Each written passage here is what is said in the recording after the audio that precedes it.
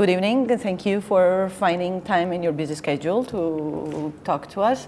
Let me start with my first general question. What brings you to Georgia? So I work with a small political institute in London called the Legatum Institute, and we do projects looking at reform, different kinds of political reform processes in different countries, and we're looking at Georgia. We have a little group of people we brought from one Serb, actually, one British lawyer, and we're looking at how things have worked here over the last 10 years. Thank you. And of course, the major topic today, in international politics, is the Ukraine and Putin. So what do you think is Putin's ultimate goal? Well, I don't have special insight into what Putin thinks. But all I know is what he says and what he does. It's pretty clear to me now that he's interested one way or the other in taking apart Ukraine, in dismembering Ukraine. I don't know whether this is going to happen militarily or through negotiations. I know that he's proposing that Ukraine reform its constitution. Lavrov, his foreign minister, has made this proposal actually and discussed it with several people, that Ukraine should become a federation, but not just a federation in which pieces can break off. And it would be my guess that Russia's ultimate goal is to remove parts of Ukraine so that it's no longer, so the borders look very different. Do you think it will stop at the Ukraine, or it may go way beyond? I don't know. I mean, I think that depends on events. I don't think right now he's in a position to go beyond that, but I think that's his interest. I mean, I say that, and of course many other things will happen, and depends on what the Ukrainians do, and it depends on what other people do. So. Yeah, well, reading your articles, I've noticed that you think that Putin's actions are kind of a setback for Europe. And Western leadership. Do you think? I think Putin's actions have really, they've done a couple of things. One, they've really changed. They've made us change our assumptions about post-Cold War Europe. The idea was that the breakup of the Soviet Union. One of the things that was considered a great success, I should say, of the breakup of the Soviet Union was that it did not become, with some exceptions, it didn't break into terrible warfare like Yugoslavia, every republic fighting every other republic. The borders were agreed, and then left. And I think the annexation of Crimea, which was clearly a political response to events in Kiev, and it's something that's happened much closer to the borders of Western Europe than other events in Georgia and in Chechnya, have really made people feel differently about Russia. So I think it's a wake-up call for the Western world, how we think about that part of Europe, and also how we think about Russia. Sorry, go ahead. No, it's good. So we have the way the West thinks about Russia until now is that Russia is kind of a flawed Western country. It's a country that should be Western. It's similar to us. They have Tolstoy and Dostoevsky. And if we simply treat the Russians like junior partners, then eventually they will join the West too. They will be in the G8 and they'll be in the Council of Europe, and eventually we will integrate them. And I think this events of the last week will make people think differently. I don't think we'll think of Russia like that anymore. Oh, well, do you think the Western leadership has the potential to reverse Russia's actions? It won't happen quickly, no. Well, the reaction of financial markets to sanctions over Crimea were quite remarkable. Actually, the ruble and the shares on Moscow's stock market went up. Sanctions, okay, so the sanctions, I agree, were almost silly. It was a tiny group of people. Most of them weren't very important people.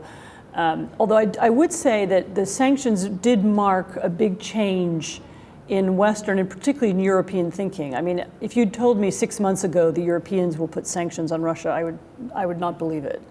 And the fact is, this did represent a change. I know to you it seems like not very much, and it's too late, and it's not enough, and so on. But there is a shift, and I think we will see further changes as the weeks goes on. Remember, it takes a long time for Western political institutions to reorient themselves and for people to start thinking differently.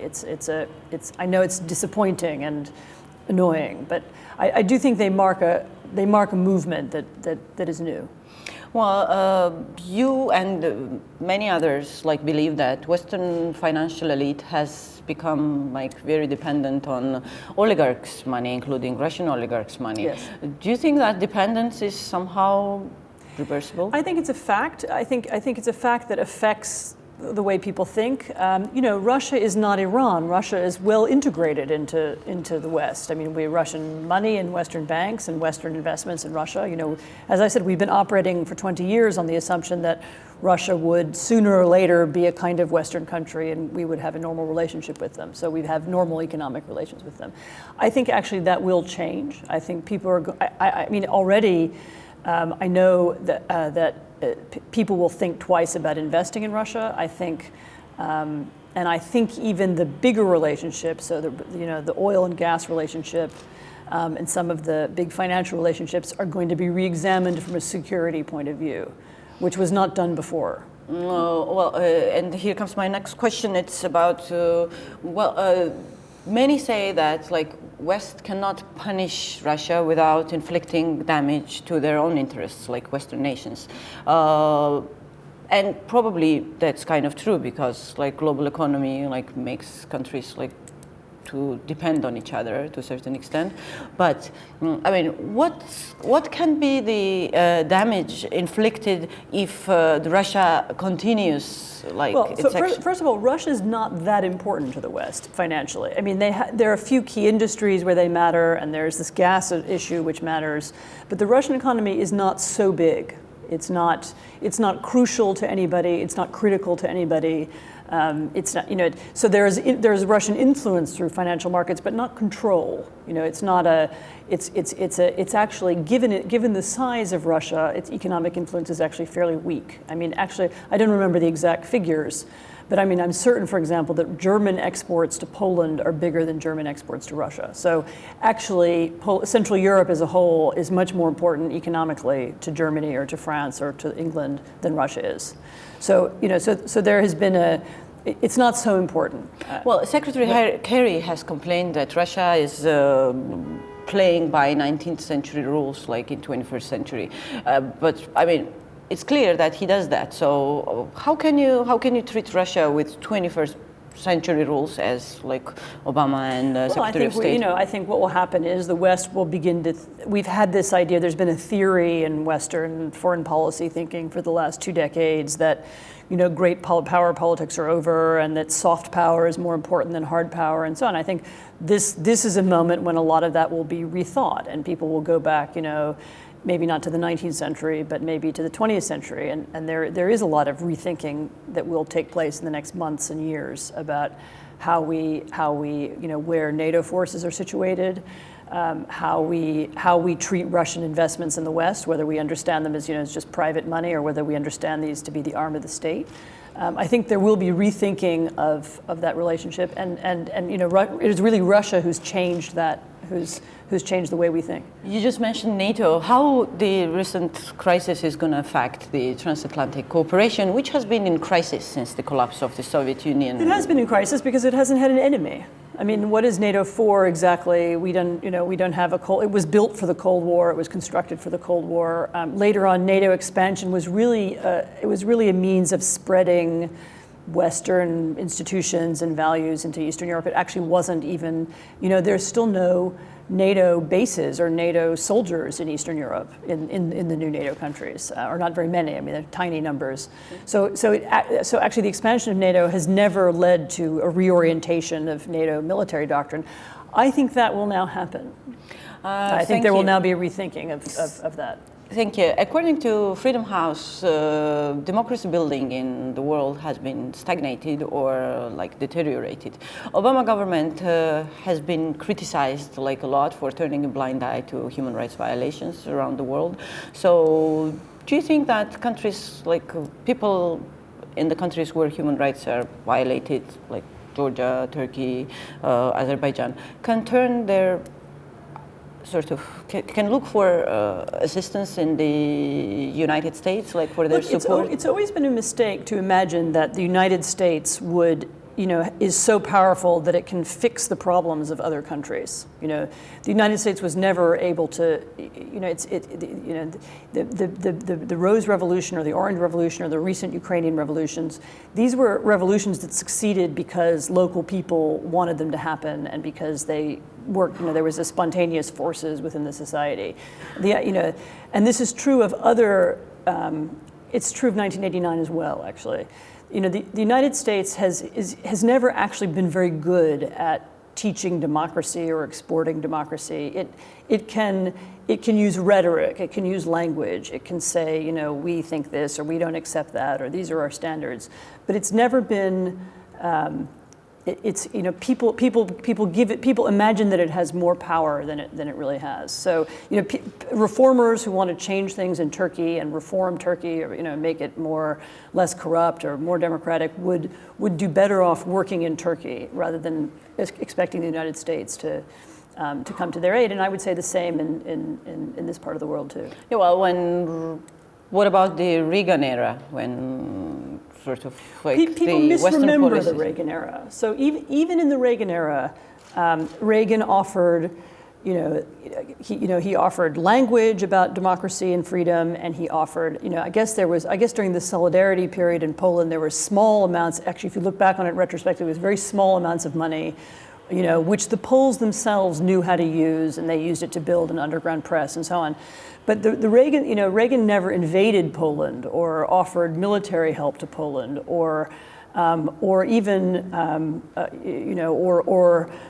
he wasn't the force that created the Solidarity movement. The Solidarity movement was created from inside Poland, and it's a mistake to imagine retrospectively that those big changes that happened in the 1980s and early 1990s were somehow brought by the Americans. I mean, if you look really at the history of that period, they come from inside the region more than anything else. Thank you. Here is my question that bothers me a lot. My daughter studies in France in high school. And the other day she called me just to ask me about my arguments regarding the Cold War. Apparently, there was this question, and they had a debate in the class: who's to blame for the Cold War? And my son has the same in his class. Yes. So what worried me really is that nobody is asking the question who's to blame for the Second World War. Nobody is gonna ask the question whether Hitler was guilty of starting the war or not. And there, what just shocked me is that 1/3 of her class thought it's the United States' fault, because Stalin was put, and United States and the Soviet Union's government was put in a situation where they had to react that way or something like this. What's wrong? What's wrong with these people? What's wrong with them? Look, so my last book it's called Iron Curtain, and it's a history of the Sovietization of Eastern Europe. It's about Poland, Hungary, and East Germany, and it starts in 1945, from 1944-45. And it explains how the Soviet Union, the Red Army, arrived in countries, and from the minute it arrived, as soon as they crossed the border, they begin this process of creating communism everywhere they go. And so, you don't have to tell me who started the Cold War, but it is true that people, very often people remember the history they want to remember. And in France, French anti-Americanism is very important to French identity. They need to think, they feel this overwhelming pressure from the English language. These kinds of arguments don't come from knowledge of historical facts. They come from their own politics. But I agree, it is absurd we should even be having this kind of conversation now. It's a bigger problem in France than it is in Britain or America. Yeah, so it's the anti-Americanism that's driving this. I don't know this exact. I think it's anti-Americanism. I think it's, people disliked the Cold War. The Cold War was uncomfortable and scary, and there was, the possibility of nuclear war in Europe. And people are resisting very much going back to it. People don't want to have a military conflict in Europe ever again. And part of what Russia just did, is Russia just, affected just removed some of that resistance. So this idea that we don't want a new Cold War, we don't want any arguments with Russia, this is now going to be a more difficult argument to make. I mean, you're right, the natural feeling of the West is we don't want war, we want to trade, we do soft power. But if we have this kind of pressure from Russia, then we'll change back again. Do you think, like, from this perspective, now that we see what's happening in Ukraine, like that Western reaction was adequate? No, Western reaction was not adequate. Georgia was seen as a kind of one-off. This is one country, and it's a particular problem that Putin has with the Georgian government, and it's not typical of the region, and it doesn't seem to, So yes, it was treated as an exception and a particular case, and of course, once it becomes part of a pattern, then we'll begin to treat it differently. So no, I think you're right. No, it was not taken seriously by the West as an indication of how Russia will behave in other places. So open warfare was actually the only thing that attracted West's attention by then, because like what is happening now in Ukraine, like occupation, like without actual open warfare, like what's happening in Georgia, like for I don't know. Yeah, I think that's fair. No, the West is, it's the moment when there's military intervention that people wake up and notice when something is happening. I think that's probably true. Again, I'm not saying that's clever, but I think that's probably accurate. Just like I think the Ukrainian,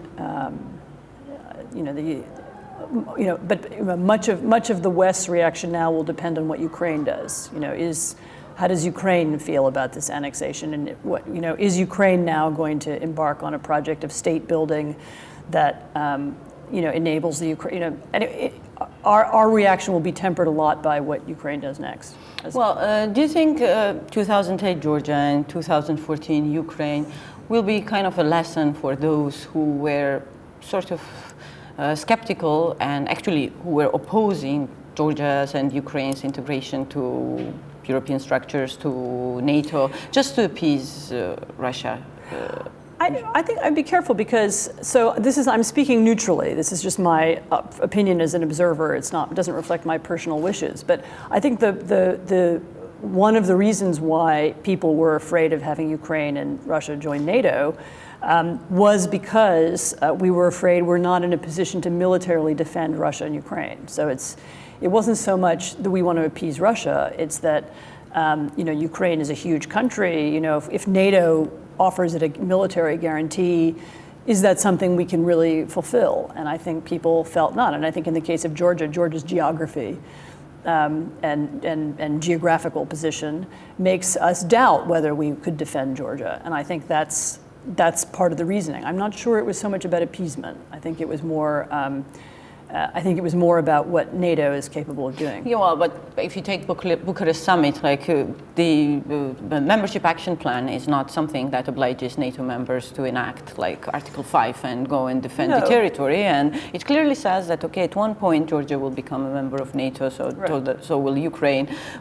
So they were reluctant even to offer the membership action plan. Maybe, I don't know, maybe rightly so, because why offer a membership action plan if you're not going to offer membership? Maybe, Well, then why to state that, okay, that you will become a member of NATO, like for sure, like if you're not. I'm not justifying. I don't want to be arguing in favor of American policy or German policy, but I think I'm just realistically, if you're asking me about what's the attitude of the West, the attitude of the West is, these aren't places we can realistically defend. That would be that's how people think. So do you think that that's going to change now with the Ukraine? No, I think it might become more, I think it might become a deeper feeling. Are we in the position to invade Crimea and push out Russia? No, militarily. So do we want to offer NATO membership to Ukraine? No. That's my guess as to what, I'm not saying that's good. I'm just saying that's what I think how people will think. Well, thank you very much on this. sorry, it's not more cheerful. No. Thank you very much, and thanks again for finding time.